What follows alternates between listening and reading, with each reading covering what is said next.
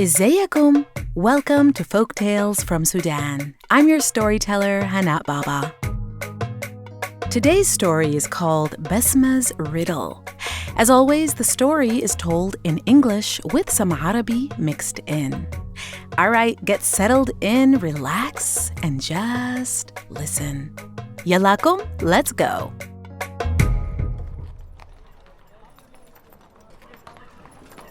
قالوا كان في Once upon a time, there lived a queen who ruled over many cities and villages. Wherever she went, people spoke fondly of her and praised her. حفظ الله ملكتنا العظيمة. God save our queen. She's wise. She is generous. We love our queen. And the queen truly tried to be a good ruler. Unlike the kings and queens who stayed behind their palace gates, this queen loved to walk amongst her people. Sometimes she wandered through the spice markets, breathing in the smells of cinnamon and cardamom. Sometimes she stopped beside donkey carts piled high with watermelons and onions. And sometimes she listened to old men sipping coffee, sitting under shady neem trees, while children played soccer in the streets. But even though everyone was saying good things about her, حفظ الله ملكتنا العظيمة. God save our queen. Our queen is wise. حفظ الله ملكتنا العظيمة. Our queen is generous. God save our queen. Still, something troubled her heart. You see, the queen had begun to notice something strange. No matter where she went, when she would ask people how they are and what they needed, no one ever complained about anything. Not once. Not about the roads or the price of food or anything. Everyone smiled a bit too quickly, and every answer sounded rehearsed. So the queen began to wonder, are my people truly happy with no complaints? Or are they afraid to speak honestly when I'm around? But her suspicions were right. It seemed too perfect because it was. The queen's wazir, her deputy, was always with her. And he had warned everyone in the land to only speak of good things when the queen makes her walks around the towns and villages. One evening, the queen made a decision. Tonight, I wish to go out alone, in disguise. I want to hear the truth. The wazir panicked. Ya Mawlati al-Malika, oh my queen, the streets are dangerous at night. Let me go with you. But the queen raised her hand and said, no, I will go alone, and that's final. That night, the queen removed her royal robes and crown, and she dressed up instead in the simple clothes of a traveler. She wore a simple beige tobe wrapped around her body and on her head, and she pulled it down to cover her face a bit. She put on a pair of glasses, and she wore tattered black sandals on her feet. No guards came with her, no servants, no horses, and no wazir. The palace gates creaked open softly, and she disappeared into the sleeping city. At first, she walked through the wealthy part of town, the richer neighborhoods, where the merchants, the royal staff, the landowners, and the town leaders lived. Their houses were big, with high wooden gates. Lanterns glowed from wide balconies, and the smell of roasted lamb drifted through the air. The queen stopped outside the walls of one house when she heard shouting inside. My business is ruined. A merchant was yelling, I only made 5,000 gold coins today. The queen walked over to the next house and overheard. These servants eat more than they work. And then she stopped at another house and heard. My jewelry is so outdated. I need to go to the gold market tomorrow morning to buy some new jewelry. The queen frowned. She thought, these people have silk carpets and silver plates, but their hearts are restless.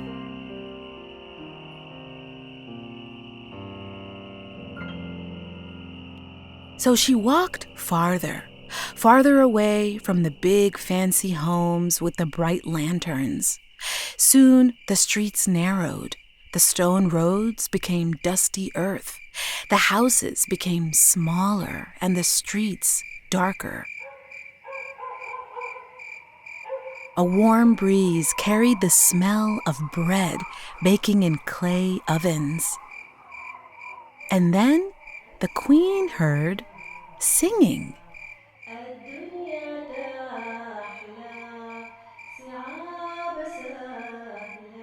Not sad singing and not tired singing.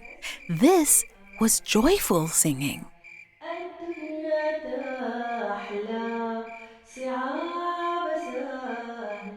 The queen followed the singing until she reached a tiny mud brick house with a light glowing beneath the door.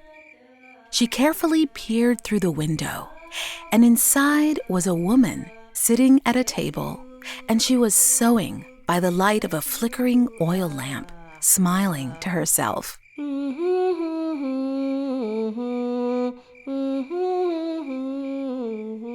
This was Basma, the seamstress. Her name means smile. They say her mother named her Basma because she was smiling as soon as she was born. She was known around town for always having a warm smile on her face. Basma made dresses and skirts and blouses for the town ladies, and she stitched the edges of their tobes. Her sewing needle flashed quickly in her fingers as she stitched tiny gold beads onto the hem of a beautiful red wedding dress. And while Basma worked, she always sang. الدنيا تحلى صعاب سهلة. Her feet tapped softly against the floor. Her shoulders swayed gently with the melody. And every now and then, she just smiled to herself. The queen stared in amazement. She thought, this woman's home is tiny. Her lamp is rusty. Her own dress that she's wearing is old and torn. It's clear she doesn't have much. And yet, she looks happier than anyone I've seen all day. The queen was curious, so she gently knocked on the door. The singing stopped, and Basma came to the door and called out, "Min fil bab? Minu fil bab? Who's there?" The queen disguised her voice. She pretended to be a tired old woman. Salamu alaikum. I'm a traveler. I'm tired and I've lost my way. Basma opened the door, and there stood what appeared to be an elderly woman, dusty and tired from the road. She welcomed her with a smile and ushered her into her home. اتفضلي يا خالة. Welcome, welcome. Come in, auntie. Please come in. Her room was so vibrant and colorful. All around her were folded tobes in all shades and designs. Deep indigo blue, bright saffron yellow, emerald green. Rolls and rolls of fabric leaned against the walls. Colored threads spilled from woven baskets. Shukran ya bitti, the queen said weakly. I've traveled far and lost my way. Might you spare a tired woman some water? Basma's face softened immediately. طبعاً, of course, ya khalti. She hurried to clear space for her beside her sewing table. اتفضلي يا قعدي. Have a seat, please. Have a seat. Basma poured cool water from a clay zir into a cup. Then she went to her small kitchen to make the woman something to eat. All she had was some leftover bread and shorbat ades, lentil soup. So she tore up the bread into pieces. She heated the soup and drizzled it over the bread chunks to make fattat ades. "I'm sorry," Basma said. "I have no meat tonight, but whatever I have is yours." As she ate, the queen watched Basma carefully. She thought, this woman gave generously without hesitating, even though she herself has so little. As she ate the fattat ades, the queen glanced around the room. There were simple things: a woven mat, a clay stove, a small kettle, bundles of fabric waiting to be sewn. There wasn't much. Still, this little house felt warm and alive. She thought, and finally she asked, "Ya binti, my kind child, forgive my curiosity, but you seem very content and happy. What's your name, child?" Basma smiled. "My name is Basma, and Alhamdulillah, I am content." "Surely," said the queen, "your sewing must earn you a great fortune then." Basma laughed. "A great fortune? No, la ya khalti. I only earn 4 gurush every day." The queen was shocked. "Just 4 gurush? 4 little coins? And you still sing?" "Of course," Basma said. "Why shouldn't I sing?" The queen leaned in closer. She was confused. But how can someone live happily on only 4 gurush?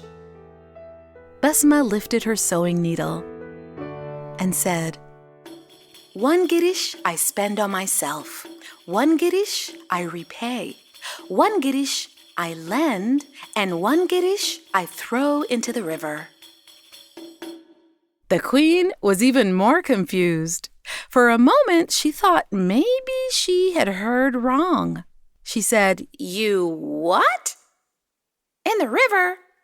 I don't understand, ya binti. Is this a riddle?" "Yes, it's very simple. Let me explain."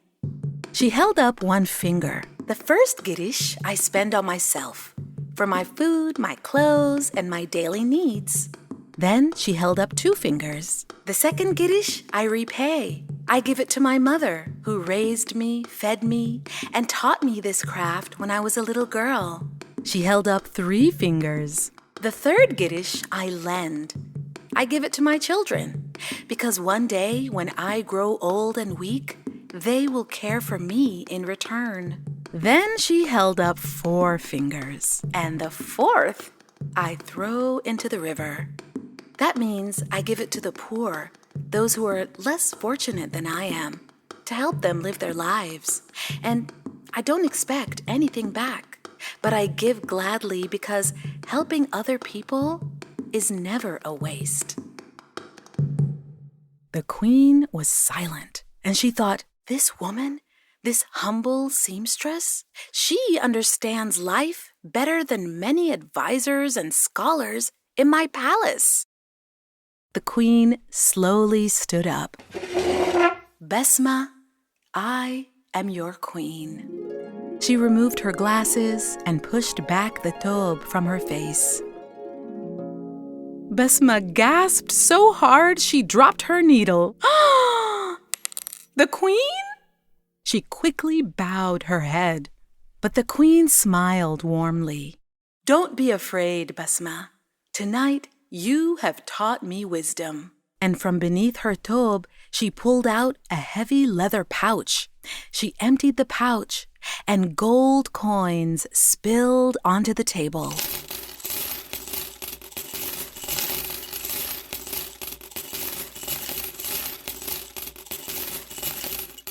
"1,000 gold coins," the queen said. This is a reward for your wisdom and kindness." Basma stared in shock. She'd never seen so much money in her life. As the queen walked towards the door, ready to leave, she turned around and said, "I'll come to visit you from time to time, but you must promise me one thing. Don't mention the answer to this riddle to anyone until you've seen me 1,000 times."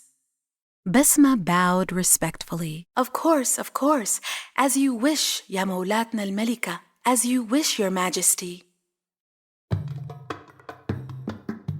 The next morning, the queen entered her royal court smiling quietly to herself.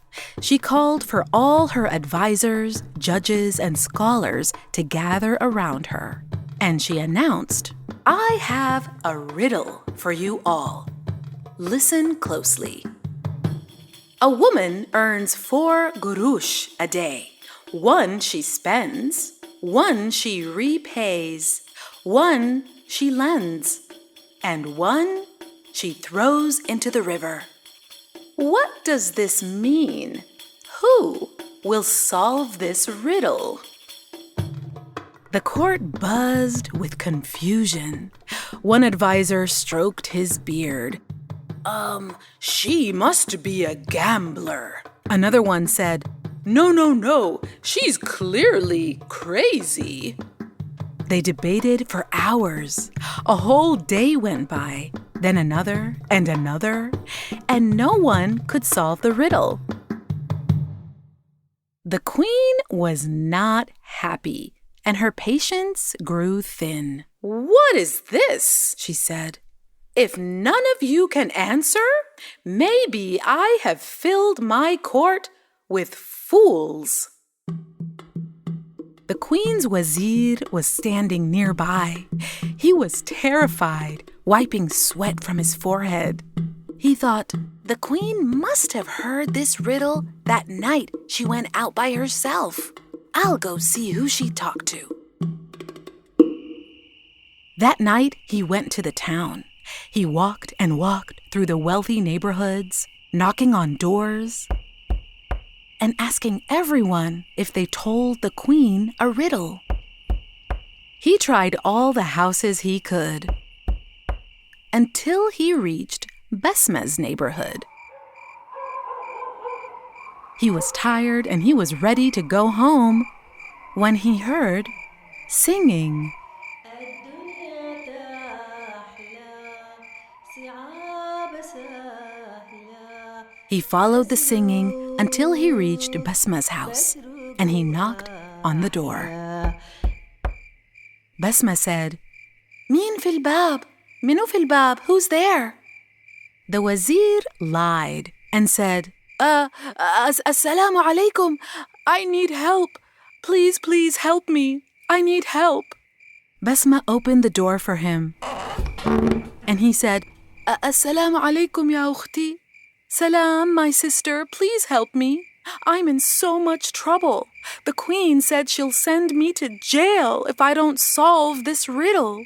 And it's so hard. Can you help me? And he told her the riddle. Alayk Allah sa'adini. Please, begged the wazir. I'll give you 1,000 gold coins if you have an answer. At first, Basma hesitated. Then slowly, she smiled. The next morning, the wazir proudly announced the correct answer before the court. The queen's eyes narrowed. She knew her wazir well, and she knew he could not have known this on his own. She was suspicious. She ordered her guards to go bring Basma the seamstress immediately. An hour later, Basma was brought to the palace, and she stood before the queen. Everyone waited nervously. "Basma," said the queen, "is it you who gave my wazir the answer to the riddle?" Basma looked at the wazir, and she recognized him. "Yes, Your Majesty," Basma said. Didn't I say not to reveal the answer to anyone until you've seen me 1,000 times? Basma bowed respectfully. Yes, Your Majesty, yes, you did. Then why did you disobey me? Without speaking, Basma reached into her bag and poured a mountain of gold coins on the palace floor.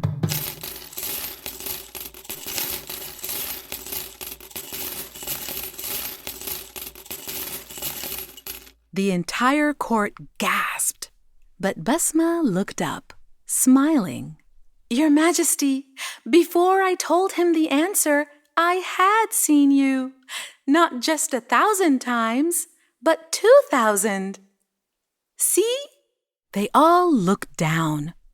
Every single coin had the queen's face stamped on it. For a long moment, there was complete silence. Everyone froze. Then suddenly the queen burst into enormous laughter. She laughed until tears filled her eyes, and everyone was relieved. Wallahi, cried the queen. You are smarter than anyone in my court. You shall be my palace seamstress. You'll sew all my clothes, and you'll be my trusted advisor. From that day, Basma had more money than she could ever imagine. But she still did what she used to do. She kept some for herself, gave some to her mother, some to her children, and gave a lot more to the poor people of the kingdom. The queen did too, and she became good friends with Basma, the woman whose wisdom was sharper than a needle and whose kindness was richer than gold. والقصة انتهت. The end. الدنيا تحلى صعاب سهلة بسروق أحلى.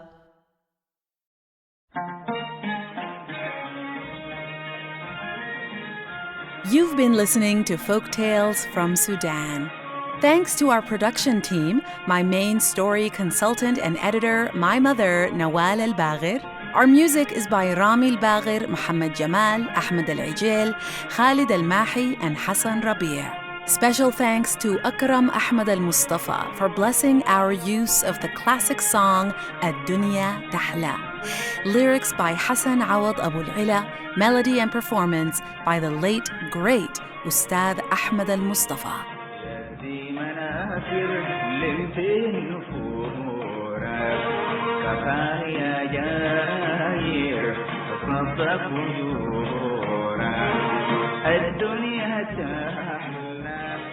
Many thanks to my friend Manal Abdelhalim for lending her beautiful singing voice to this story.